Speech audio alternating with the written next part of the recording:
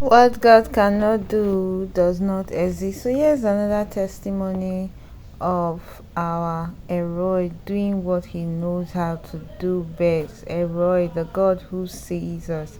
So this man, God showed himself to him. I want you to watch this testimony and be blessed. Okay. I'm Dr. Polycarp Pelumeza. I came in from Port Harcourt for this testimony. I don't know where to even begin. I never used to be a member of NSPPD or Streams of Joy. You know, these NSPPD people, they are very stubborn. They keep sending you links, you know, and even when you try to explain, but I get my own church, they just keep sending it. Okay, now I had an issue I've been dealing with since 2002. I did a surgery. I had hemorrhoid. I did a surgery, and doctor told me that the best I can do is to manage my diet, just manage it. Because if you don't manage it properly, it will relapse. Well, eventually it did relapse, and I've been bleeding since then, intermittently. For 23 years, you know, up until about the time of Pastor Jerry's birthday. You know, it came to the point that I didn't include it amongst my prayer point again. I just took it like it's one of those things. When I pray for other things, but I don't pray about that one. Then my wife joins NSPPD. She joins. She leaves for work before the NSPPD time, but she will always call, try and join now. I will say, but I don't pray now. Why did they disturb me with this thing? But it happened that sometime last year, God gave her a leading to write a book, Hard Evidence. And I didn't know that hard evidence was to become my own hard evidence that what God cannot do does not exist. Now, after writing the book, she gave me the book to help her review.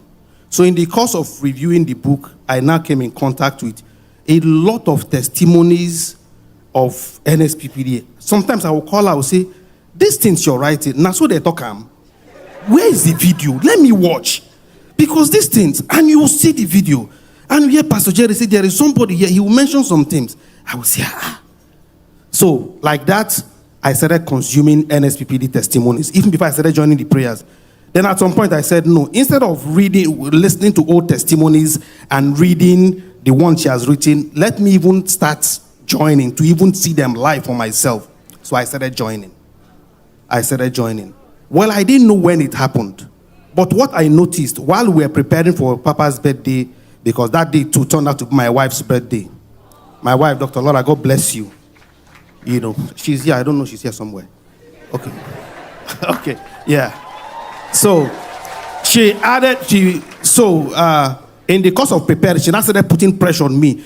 Do this thing, we must come to Abuja for Papa's birthday. I said, this work cannot be ready. I have other things I'm doing. And to be reviewing this thing, anyway, that pressure, I now started spending more time with NSPPD testimony and NSPPD materials. I just woke up one day, because normally anytime it's time to go to the toilet, it's a scare for me, because there is no time I go to the toilet, you don't see blood. It's messed up. It's a messy situation, you know. But I've lived with it, so it's not a problem, but it still gives me concern. But you've just adjusted to it. So, but I just woke up one day. It was like the week of Papa's birthday. And I used the toilet. And after I had flushed and gone out, I realized, the water was clear. I said, okay, wait, I didn't say anything. The next day, I used the toilet. I said, no, let me not say anything. Then, I think I skipped some meal. Then used the toilet again after 2 days. I said, Then I now ate intentionally to load my system. Let me see what will happen. Then I used the toilet. Men and brethren, from that time till eternity. So I have solid, incontrovertible, hard evidence that what God cannot do does not exist.